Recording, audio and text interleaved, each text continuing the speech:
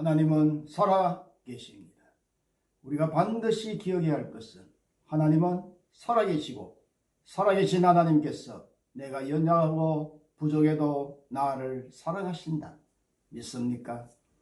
그렇다면 우리의 믿음을 삶의 스타일로 하나님 앞과 가족들과 사람들 앞에 보여줄 수 있어야 됩니다. 삶의 스타일로. 어떻게? 따라합시다. 밝고 맑고 행복하게 산다. 감사하며 산다. 긍정적으로 산다. 웃으며 산다. 웃어줍시다. 사랑합니다. 벌써 8월입니다. 8월 첫째 주일 말씀입니다. 출애굽기 14장 19절에서 31절입니다. 제가 봉독해 드리겠습니다. 이스라엘 진 앞에 가던 하나님의 사자가 그들의 뒤로 옮겨가매 구름 기둥도 앞에서 그 뒤로 옮겨 애굽진과 이스라엘 진 사이에 이르러 서니 저쪽에는 구름과 흑암이 있고 이쪽에는 밤이 밝음으로 밤새도록 저쪽이 이쪽에 가까이 못하였더라. 모세가 바다 위로 손을 내밀매 여호와께서 큰 동풍이 밤새도록 바닷물을 물러가게 하시니 물이 갈라져 바다가 마른 땅이 된지라. 이스라엘 자손이 바다 가운데를 육지로 걸어가고 물은 그들의 좌우에 벽이 되니 애굽 사람들과 바로의 말들 병거들과 그 마병들이 다 그들의 뒤를 추격하여 바다 가운데로 들어오는지라.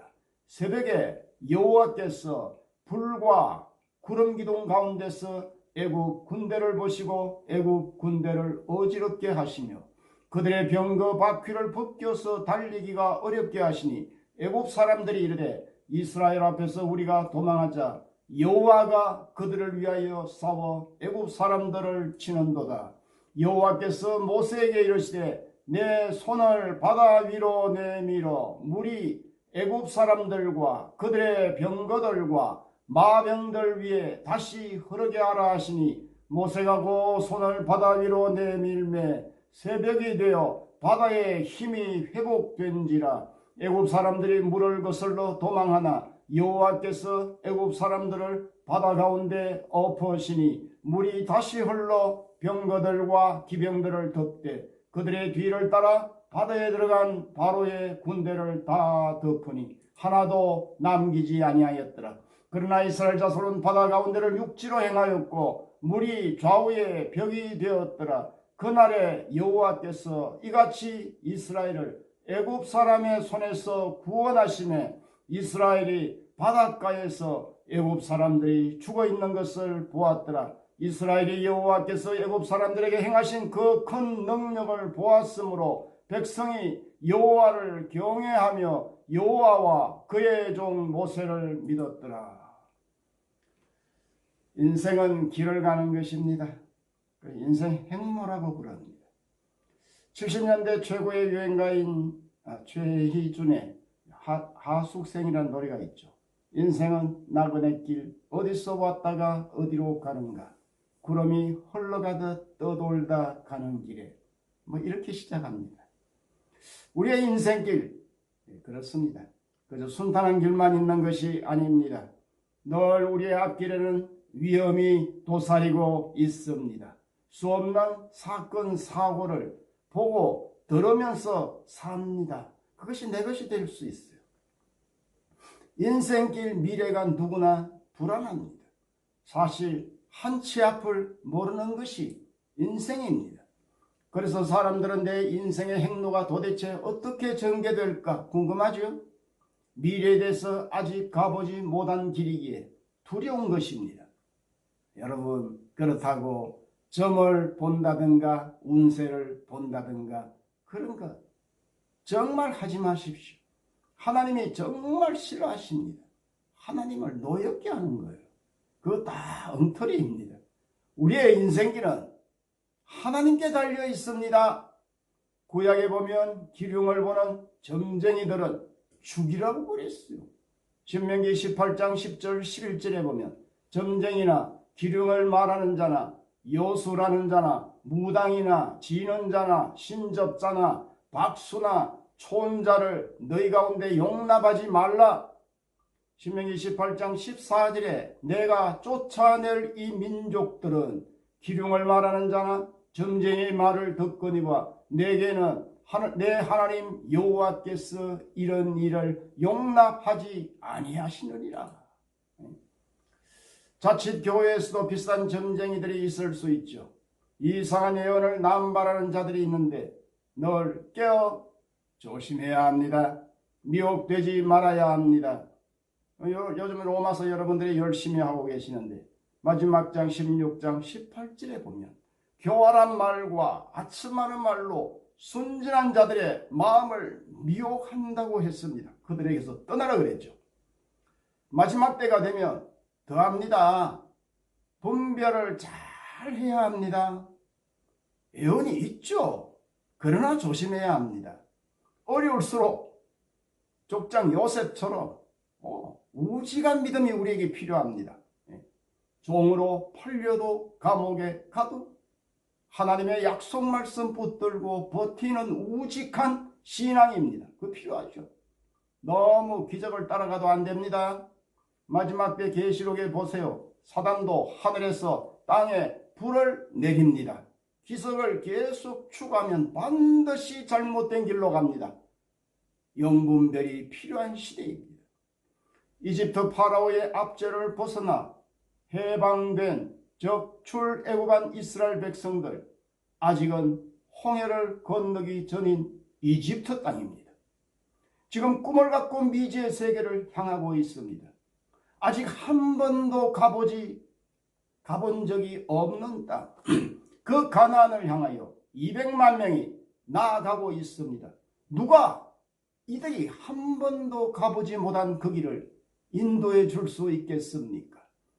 여호와 하나님께서 그들 앞에서 가시며 낮에는 구름 기둥으로 그들의 길을 인도하시고 밤에는 불 기둥을 그들에게 비추사 낮이나 밤이나 진행하게 하시니, 구름 기둥, 불 기둥은 밤낮으로 저들의 뭐가 되었어요? 보호자가 되셨다는 겁니다.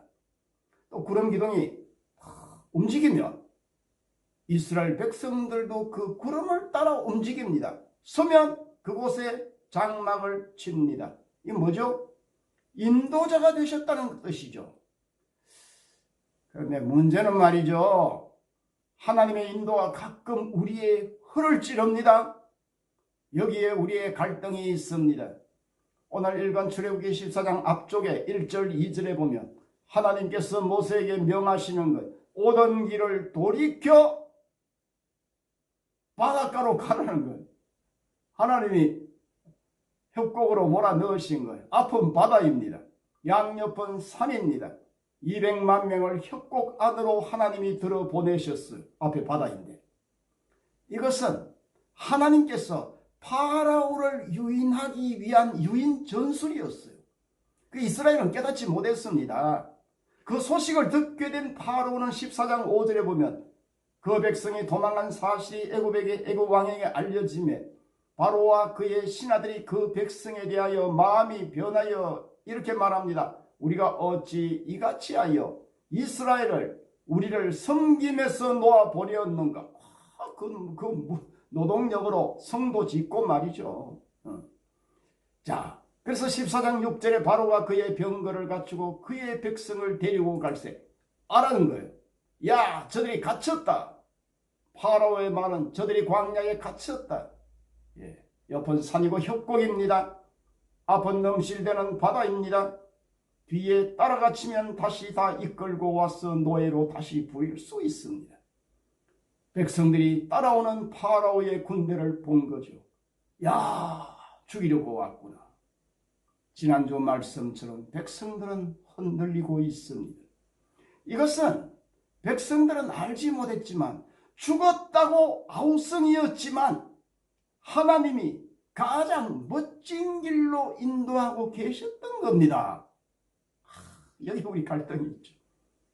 나중에 홍해를 건넌 후에 알아요. 우리의 미래는 누구도 가보지 못한 미지의 세계입니다. 여러분, 인생길 누구의 손을 잡고 가시렵니까? 기억하십시오. 하나님이 우리의 인생의 진정한 인도자가 되어주고 싶어 하십니다. 그러나 하나님이 인도하실 때 우리의 머리로 다 이해가 안 되는 거예요. 어떤 때는 참 기분 좋고 정말 하나님을 향해서 감사가 나오는데 어떤 때는 도무지 이해되지 않는 때도 있는 거예요. 이거 협곡으로 몰아넣으신 거예요. 그게 지름길인데 이스라엘은 알지 못한 것이죠. 복음서에 보면 제자들을 먼저 건너가라고 보낸 갈릴리 바다 풍랑을 만나죠. 죽게 되었구나. 밤새도록 고생한 이야기도 있는 거예요. 지나놓고 보니 이해가 되는 거예요.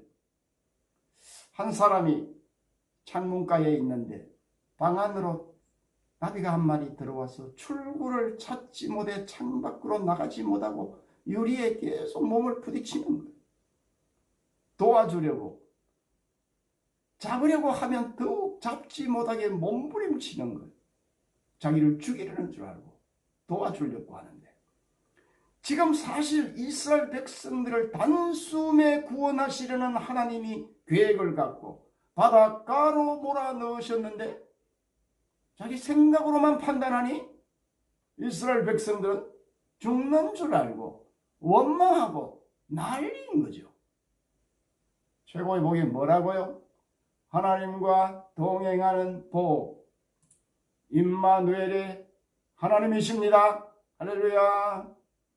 성경은 우리에게 죽음의 길이 있고 생명의 길이 있다고 우리에게 말씀하셨습니다. 소위 넓은 길과 좁은 길입니다. 기억하십시오.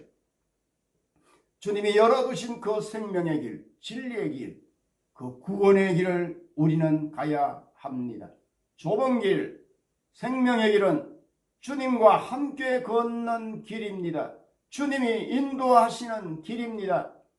예수님은 우리의 인생길에 나와 동행해 주시려고 우리 곁에 찾아오신 뭐예요? 임마누엘. 뭐죠 뜻이? 하나님께서 나와 함께 하신다. 임마누엘. 주님의 손을 잡고 주님과 함께하면 죽음의 길을 벗어나는 겁니다. 험한 인생길 하나님과 동행하십시오. 본문에서 자기 백성인 이스라엘 하나님께서 어떻게 그 길에서 동행하고 계시는지 잘 눈여겨보세요. 세 가지를 보아야 됩니다. 첫 번째, 앞서가시는 하나님이시죠. 우리의 인생길에 백성들 앞서서 구름 기둥이 먼저 가는 거예요. 하나님의 임재죠. 갈 길을 예비하시고 인도하시는 하나님이십니다. 그러면 구름 기둥이 떠면 천막을 걷고 따라가는 거예요. 광야 길은 험합니다. 어디로 가야 할지 모릅니다. 그러나 주님이 앞서가시면 따라가면 됩니다. 얼마나 편합니까? 저도 따라왔더니 춘천 산골에 머물려고 하네요. 잠시. 완벽한 가이드입니다. 우리의 인생에 앞서서 늘 인도하시는 하나님을 따라가야 합니다.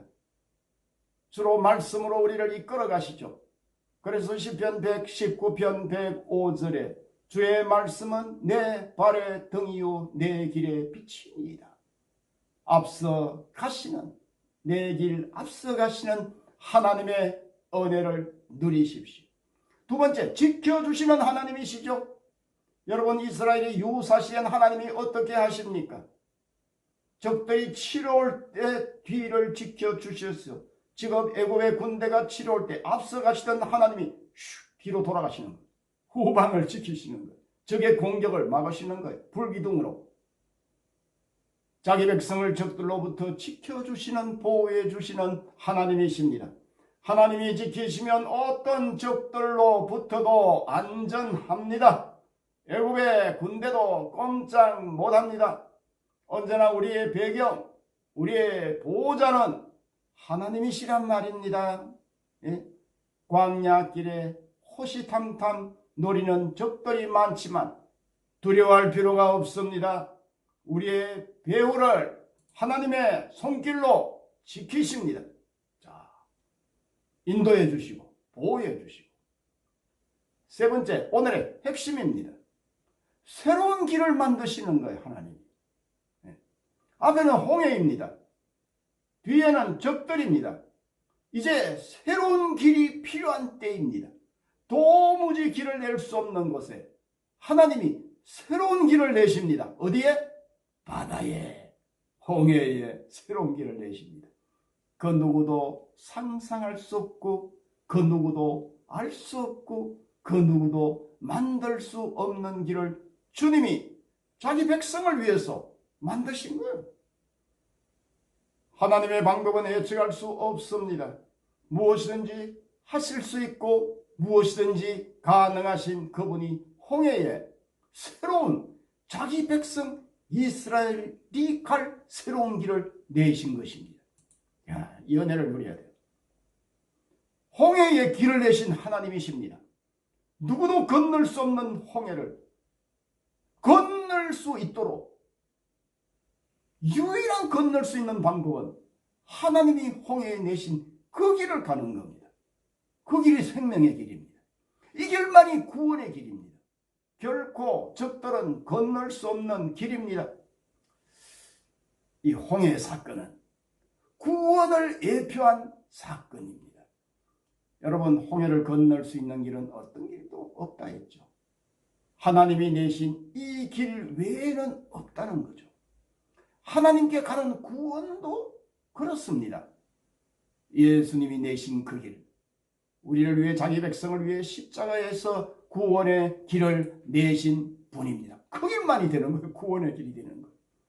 그 누구도 할 수 없는 길, 하나님께 가는 길을 활짝 새롭게 열어주신 것이죠. 십자가의 길.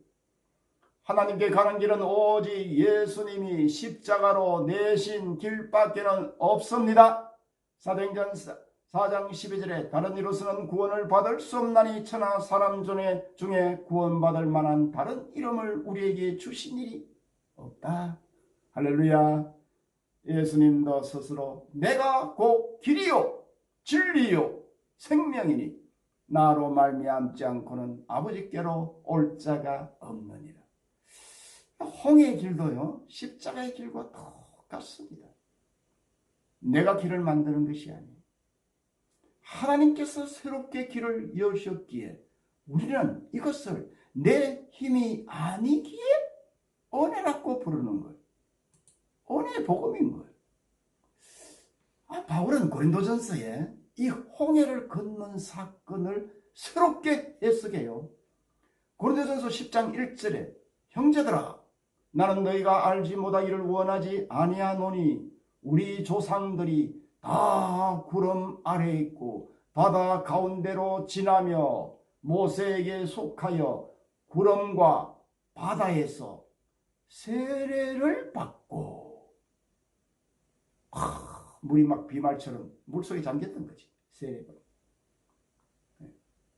홍해 사건을 세례 사건이라고 바울은 부르고 있습니다. 이스라엘 백성들은 이 홍해 사건을 통해서 완전히 과거와 이제는 단절되는 거예요. 이제는 애국과는 완전히 다른 세상으로 가는 거예요. 홍해 저쪽은 애국입니다. 홍해를 건넌 후에는 애국이 아니라 새로운 땅입니다. 전혀 과거와는 다른 삶이 기다리는 거예요. 자, 어린 양의 피가 문설주와 임방에 묻어 있을 때 죽음의 천사가 넘어가 살았어요.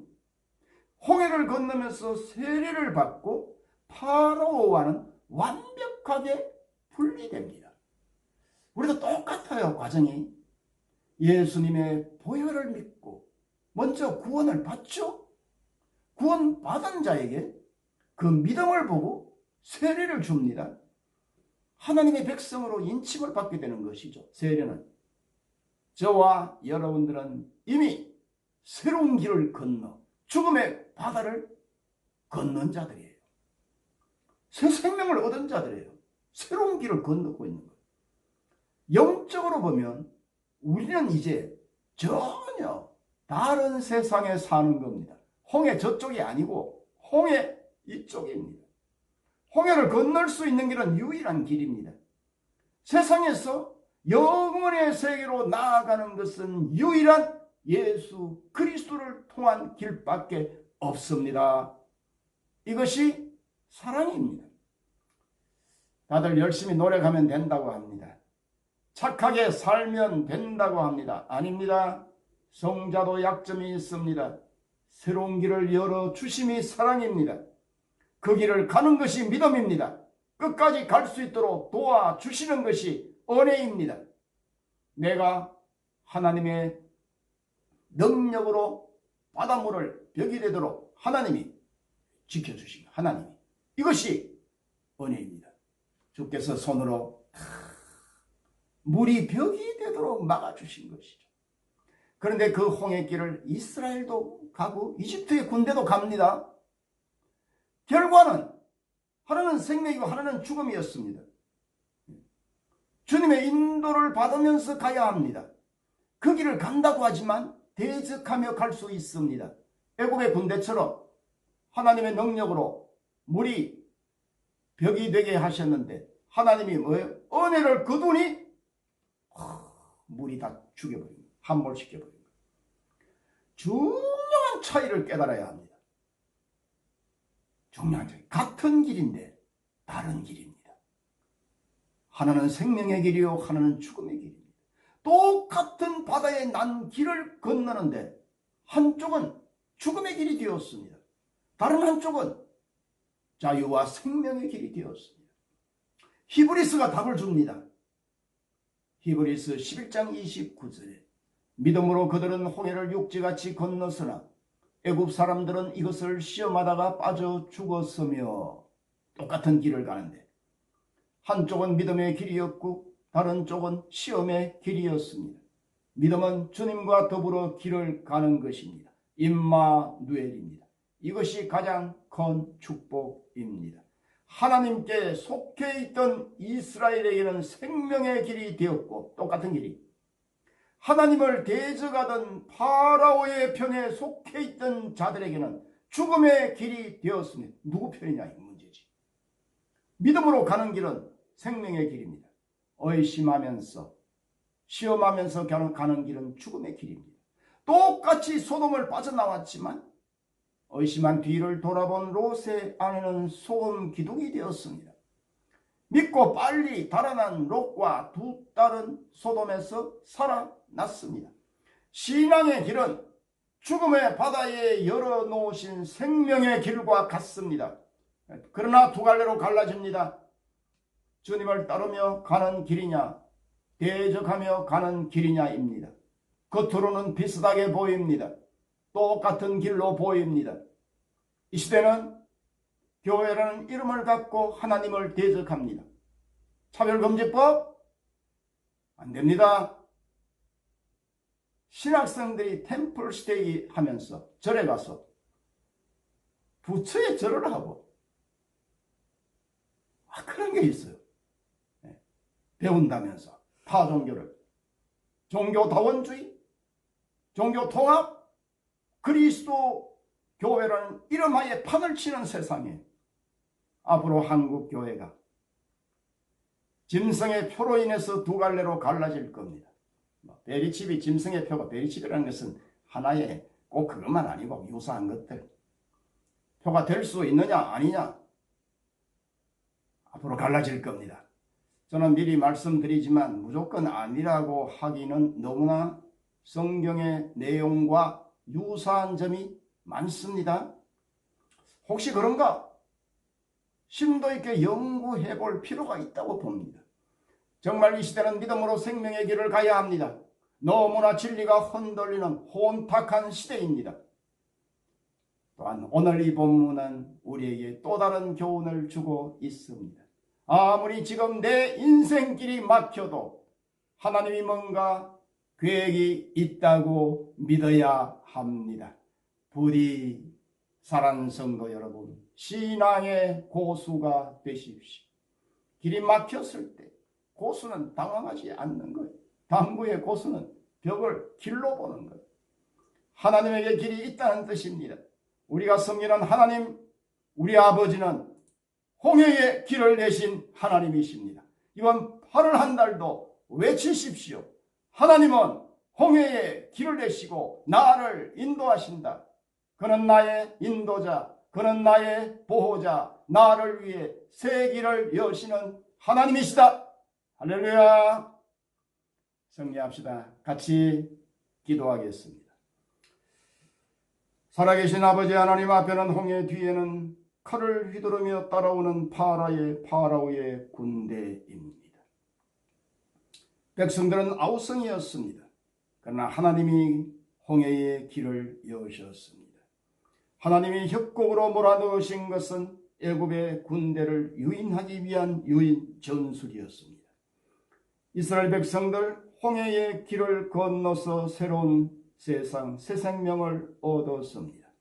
애굽의 군대도 홍해길을 달렸지만 그들은 멸망했습니다.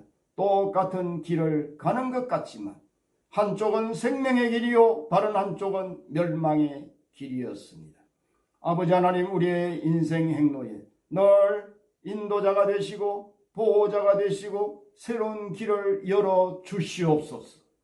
우리는 이미 구원의 새 길을 걸어간 자들임을 명심하게 하시고, 그러나 유혹하는 이 시대 속에서 정말 히브리서 기자가 말했듯이 파라오의 군대처럼 시험하는 자가 되지 아니하고 복음의 말씀에 붙들려 우직하게 이 생명의 길, 하나님이 새롭게 열어주신 이 길을 걷게 하시옵소서. 8월 한 달도 우리 모든 성도들에게 우리의 인도자, 보호자, 새 길 여시는 하나님을 의지하고 승리하며 살 수 있도록 은혜를 부어 주실 줄 믿고 감사하며 예수님 이름으로 기도하옵나이다. 지금은 이 땅에 인간의 몸을 입고 오시고 우리를 위해 영원한 생명의 길, 구원의 길, 십자가의 길, 하나님께 가는 길을 열어주신 예수 그리스도의 은혜와 우리를 사랑하사 독생자까지 아낌없이 내어주신 하나님의 무한하신 사랑과 성령의 위로 교통 역사 충만 감동 내주하심이 나의 인도자, 나의 보호자, 나를 위해 새 길 여시는 하나님과 함께 동행하며 8월 한 달도 승리하기를 원하는 이 자리에 있는 모든 주의 백성들, 시청자들 위해 지금부터 영원토록 함께 있을지어다. 아멘.